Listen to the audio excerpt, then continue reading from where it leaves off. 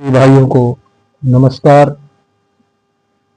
मालिक कैसे दया करता है, इस कहानी को सुनने से पहले चैनल को सब्सक्राइब और लाइक करें ताकि आने वाला वीडियो और नोटिफिकेशन आपके पास तुरंत पहुंच जाए। सतगुरु के बिना हकीकत का भेद नहीं खुल सकता।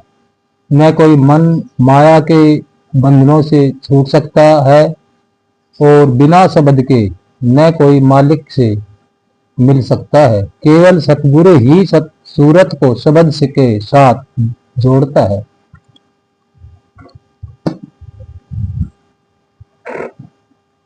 गुरु रविदास जी के समय एक वृत्तांत है। आप बाईपास बार गंगा स्नान के लिए गए। जब आखिरी बार गंगा जा रहे थे तो रास्ते में एक ब्रह्मचारी मिला जो गंगा स्नान के लिए ही जा रहा था। उसने पूछा कि कहाँ जा रहे हो? कहने लगे कि गंगा स्नान करने जा रहा हूँ। दोनों इकट्ठे चल पड़े। दोनों ने इकट्ठे रोटी खाई। बातें करते करते गंगा पहुंचे, स्नान किया और वापस हो लिए। पहले गुरु अमरदास जी का घर आया। अभी ब्रह्मचारी की मंजिल और आगे थी। बातचीत करते हुए उनमें प्रेम प्यार हो चुका था। दोनों एक दूसरे को आदर के साथ देखते थे। गुरु साहब ब्रह्मचारी को घर ले गए।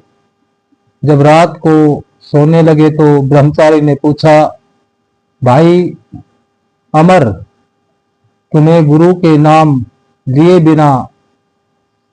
कितना समय हुआ है? अमरदास जी ने जवाब दिया, मेरा तो कोई गुरु नहीं है।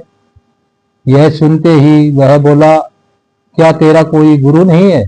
तू नुगरा है। अफसोस, अगर मुझे पता होता कि तू निगुरा है तो मैं कभी तेरी रोटी न खाता। मेरा सारा कर्म धर्म नष्ट हो गया। यह कहकर वह बड़े दुखी दिल से उसी वक्त अपना बिस्तर लेकर चल पड़ा। जब वह चल गया तो अमरदास जी को बहुत अफसोस हुआ। अब दिल ने सोचा कि 62 साल की उम्र हो गई, अभी तक मुझे कोई गुरु नहीं मिला। हे गंगा माई, तू गुरु मिला दे। हे गंगा माई, अब तू ही गुरु मिला दे। हे कालिका, कोई गुरु मिला दे। इसी चिंता में रात भर नींद न आई। जब सुबह हुई तो बीबी अमरो, गुरु अंगद साहिब की लड़की ने, जो कि आपके भाई के बेटे से ब्याही हुई थी, गुरुवाणी पढ़नी शुरू की। वह रोज सवेरे उठकर जुप्पी जी पढ़ती थी। अब ज्यों ज्यों वह पढ़ती गई, वाणी अमरदास जी के दिल में को बीनती गई। आप प्यार के साथ अंदर जाकर सुन रहे हैं अपने। उसने पूछा कि यह किसकी वाणी है? उसने कहा, जी यह गुरु नानक साहिब की वाणी है, जिनकी गद्दी पर मेरे पिताजी विराजमान हैं। दिल में प्यार था, तड़प थी। कहने लगे, मुझे भी वहां ले चल। उसने कहा, जब तक मेरे पिताजी की मुझे आप न बुलाए मैं वहां नहीं ले जा सकती। उनका यही हुक्म है। अमरदास जी ने कहा, तू मुझे जरूर लेकर चल। इसमें अगर कोई पाप लगे तो वह मुझे लग जाए।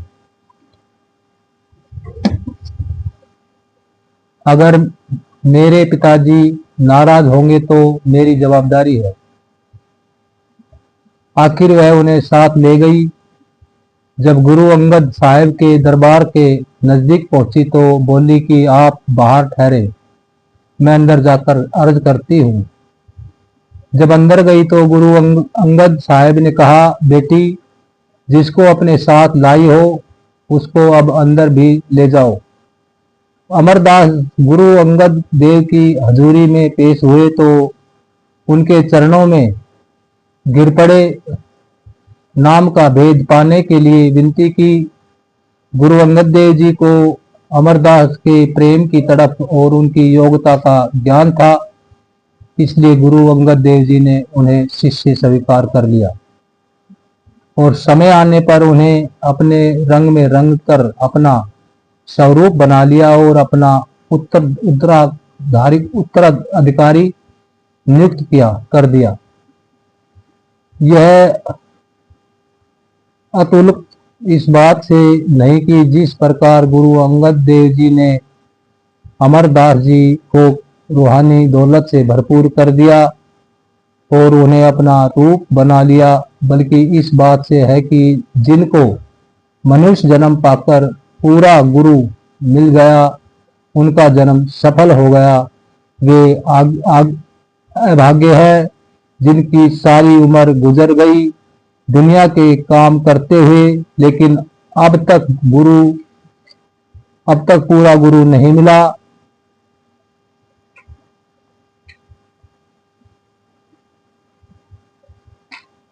मन का खेल। सत्संग का यह फर्ज है कि वह अपने मन पर हमेशा निगरानी रखे और उसे कभी भटकने न दे। एक महात्मा दुकान पर खड़ा वहां की चीजें को देख रहा था कि उसे एक ख्याल आया। अपने मन से बोला कि तेरी बहुत तारीफ सुनी है, कुछ अपनी करतूत तो दिखा। मन ने कहा, ठहरो दिखाता हूँ। वहां एक मनुष्य शहद बेच रहा था। उसने शहद से भरी उंगली को दीवार से पोंछ दिया। दीवार पर शहद लगने की देर थी कि उसकी खुशबू पाकर कुछ मक्खियां उस पर आ बैठी और शहद खाने लगी। धीरे धीरे बहुत सी और मक्खियां भी आकर शहद खाने लगी। अभी वे शहद खा रही थी कि एक छिपकली ने देख लिया कि यह तो मेरा शिकार है। उसने उछलांग लगाई और झटपट कर कुछ मक्खियों को शहद समेत खा लिया। उस दुकानदार ने बड़े प्यार से एक बिल्ली पाल रखी थी। बिल्ली छिपकली पर झपटी और उसने एक ही बार में खा गई। पास की एक ग्राहक का कुत्ता खड़ा था। उसने बिल्ली पर हमला करके उसको मार डाला। दुकानदार को बहुत गुस्सा आया। उसने अपने नौकर से कहा, मारो कुत्ते को। उन्होंने डंडे मार मार कर उस कुत्ते को मार डाला। वह कुत्ता पास ही खड़े ग्राहक का था। उस ग्राहक को बहुत गुस्सा आया।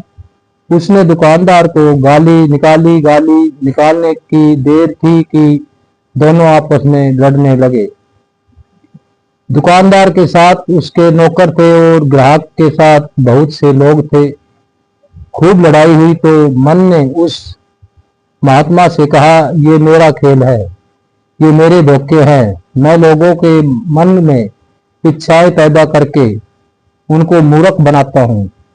उन बेचारों को पता ही नहीं चल लगा कि उनकी इन इच्छाओं का उन्हें क्या फल भुगतना पड़ेगा। ये सब मन का खेल था। महात्मा सोचकर तंग रह गया और मन से बोला कि तू मेरे से नहीं जीत सकता।